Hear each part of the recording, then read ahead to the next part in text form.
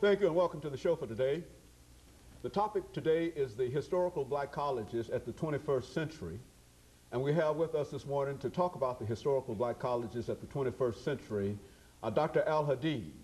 Dr. Al Hadid is a professor at Tennessee State University, and he will give us some additional information, Dr. Al Hadid, as you talk about your background and your education. And let's have you to do that now, Dr. Al Hadid, to give our audience some information about your background, your information, and some of the things that were eventually important in eventually leading you to the director of the Africana Studies Department at Tennessee State University. And then we'll talk about historical black colleges and where these institutions of higher education stand in the beginning of the 21st century. Well, thank you, Dr. Haney. It's always an honor and a pleasure being on your show. You've had me on a number of times. But in terms of my background, I feel honored that you asked me to talk specifically about the historically black colleges. I went to George Washington Carver High School, which was an all-African-American school in Montgomery, Alabama. And in that same city, I went to Alabama State University, which is an HBCU established in the 1860s. And then after that, I left the Deep South and went out to California, where I got involved in working on my doctorates in sociology. And my dissertation topic was the sociology of Pan-Africanism. And while there, I helped to found the Black Studies Department at University of California, Santa Barbara. Came to Tennessee State University, worked for a number of years in the sociology department. Developed a concept which is very popular here in the city called the Great Debate, where we look at the ideas of Dr. King and Malcolm X and examine contemporary issues. And then we started a movement to create an Africana Studies department at Tennessee State University. So that department was established in 1994, of which I am the current chair and the founder of that department. And we're going strong and trying to understand the dialectic between the evolution of the historical black colleges and the thesis of the Africana Studies as it relates to the curriculum at these schools. You know, Doctor, when we talk about these institutions of higher education, I think it's admitted that most of them came into being directly after the Civil War. As a sociologist as well, and might I say a very, very eminent sociologist, as well as the chairman of the Africana Studies Department at Tennessee State University, let's have you to sort of give us some sociological information relative to the emancipation of all of these Africans and the kind of status that many of them found themselves in that prompted the need for such institutions of higher education. Well, first of all, we have to go back to Africa and realize that the Africans that were brought over here were not slaves.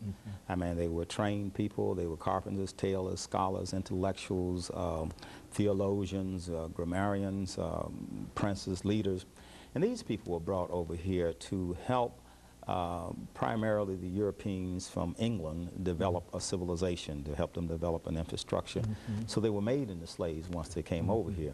Now, there was a process by which they were made into slaves. The most devastating process was the stripping of them of their culture.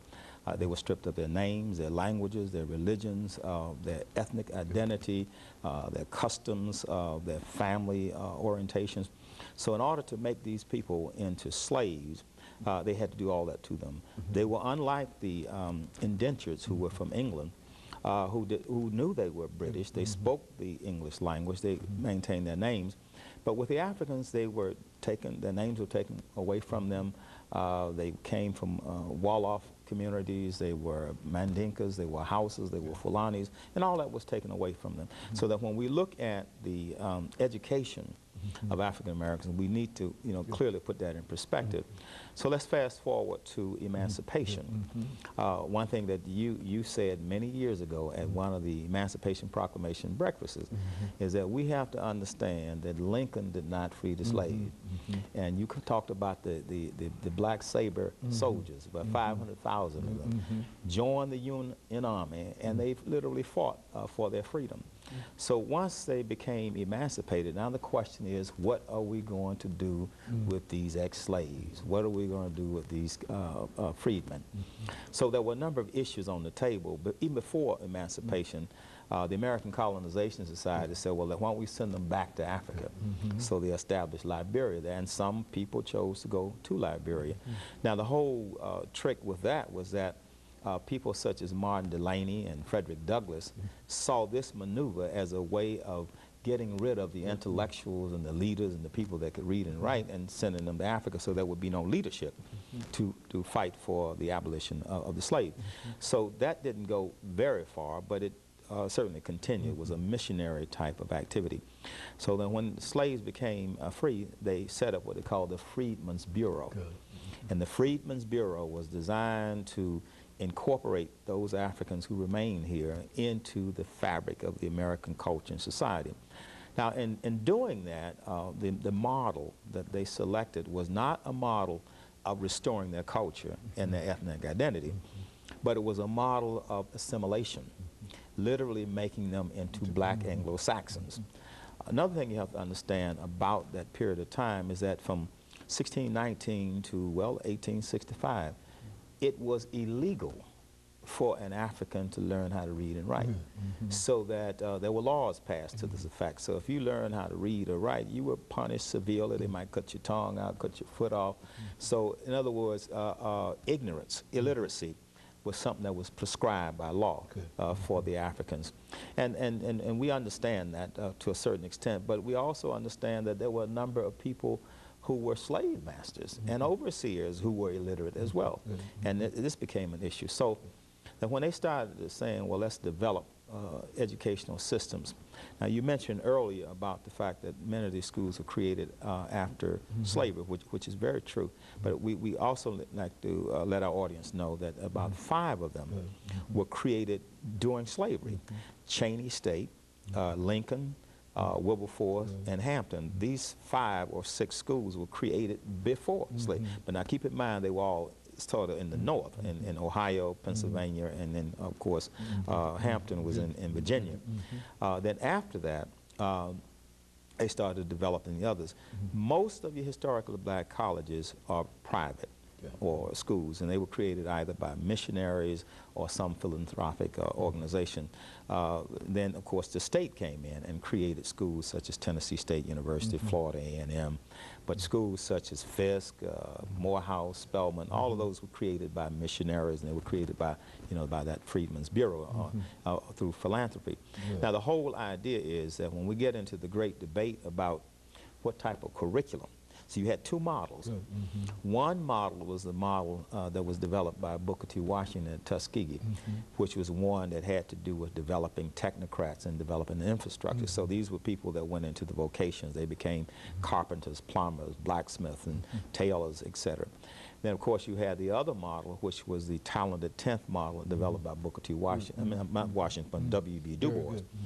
Du Bois felt that African Americans should have a liberal arts education, and he put more of an emphasis of African Americans going into the professions, such as being doctors, lawyers, businessmen, ministers, and medical doctors. So-called talent, is that the talent? The so-called talented 10th. And these were, as he put it, the race men who would lead the masses of the people into the future. Now, as we prosecuted those 2 arguments, one, the liberal arts talented 10th argument, and the other one, developing infrastructures, such as Booker T. Washington was talking about, when we come into the 20th century, Marcus Garvey starts to challenge that.